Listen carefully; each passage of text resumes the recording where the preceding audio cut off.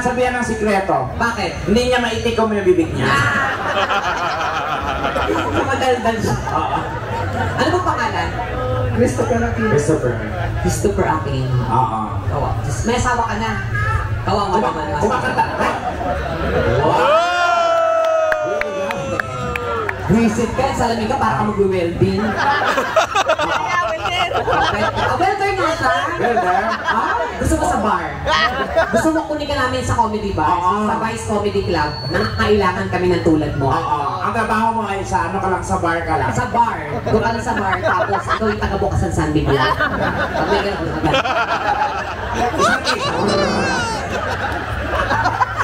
Hindi kaya, magtrabaho ka sa hotel. Ay, ano siya doon? Tagatupi ng kumot. Paano? Baby mo lang. Ano niya ulit eh? Christopher. Pero hindi naman pwedeng si Christopher lang yun nandito. Siyempre, maraming gwapo sa alam mo na, ang Toyota, meron silang 10 divisions. Pero siguro kayo tumawa tayo ng mga lima. Sa karawang division. Just not that. Yung nakakalamang dito na side. Yung medyo patuyot na dito tayo. Kasi pag ako nag-arrange niyan, mga buffet. Teklayin mo na. Sige, go. Ganito. Sino may mas lamang sa inyong dalawa? Lamang, adjust. Sino mas guwapo sa inyo? Siya, adjust. Magbunod tayo na. Ito, antay pa talaga siya hihilain, no? Uy, yung pinakagwapo dyan, ano pinakagwapo? Hindi, dapat dito yung pinaka-ano. Wow, fresh gentle!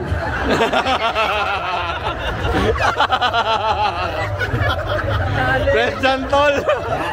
Grabe ka naman, Tekla. Hindi ako papayag. Doon ka, dito ka. Umpisa natin sa harapan. Tumingin ka muna. Malay mo, mas gwapo ka sa susunod, di ba? Tingnan mo muna siya. Hindi, tingnan mo siya. Mas gwapo, umurong. Tingnan mo to.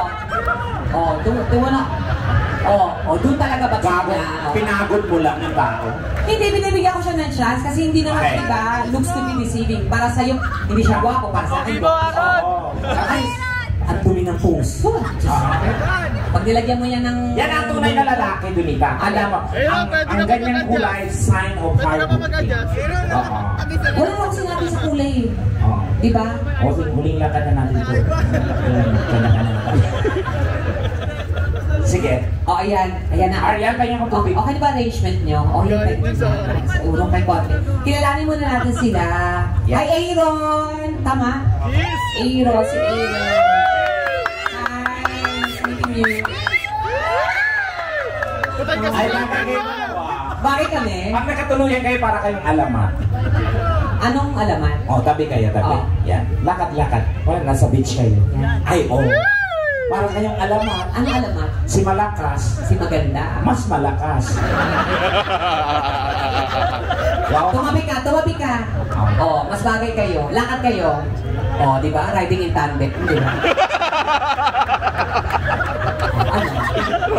Sino magkakalit sa inyong dalawa? Ewan ko sa kanya, ino-11 ako nun eh. Ayun, nag-riding in tandem mag-isa. Ano yun? Ayan. Anyway, Aaron, next meeting. Ano ito? Yes! Engineer. So, wala kang alam sa engineering dahil bobo Ito! ka. Ano siya? Engineer? Facility engineer. Ito! Evil. Ano evil? Engineer. Evil engineer. Ano ba? Walang ganon. Wala ba? Talaga. Single ka ba? Hoy! May girlfriend? Ano ba yan? Ba't ka nag-girlfriend? Alam mo, gastos lang yan. Kayo mga boys, huwag kayo mag-girlfriend. Kasi Tama. gastos lang yung babae niya. Pag nag-girlfriend kayo, i-date nyo yan, gagastos kayo. Tama. Ngayon, pag i-date nyo, pag nadisgrasya nyo yan, gagastos kayo. Tama. Pag nabuntis nyo yan, gagastos kayo. Tama. Pag-aral sa mga bata, gagastos kayo. Samantala sa bakla, wala kayong gagastusin. Hihiga lang kayo, iunat yung paan nyo, itirik yung mata nyo, pag-gising nyo, may 2.5 na kayo, may motor na kayo. So alam nyo na rin talaga mga babae, makasalot kayo sa buhay ng mga bakla. Ayan, at least may idea na sila. Alam na nila. Pero hindi lahat, sir. So hindi lahat binibigyan ng motor. Sabi ko, ulat ng paa, mulat ng mata, may 2.5 na, may motor pa. Sabi ko rin si... Anyway, Aaron, thank you. Ayan, ilang years ka na dito? Kukuha niyo ito. Kasi gwapo ka, Aaron, ito, lingit sa iyong kalaman. Wala ka bang experience ng mga katulad naming halamang dagat? Hindi ba kami nagkagusto lang? Hindi ka pa nangawayan ng bakla? Hindi pa?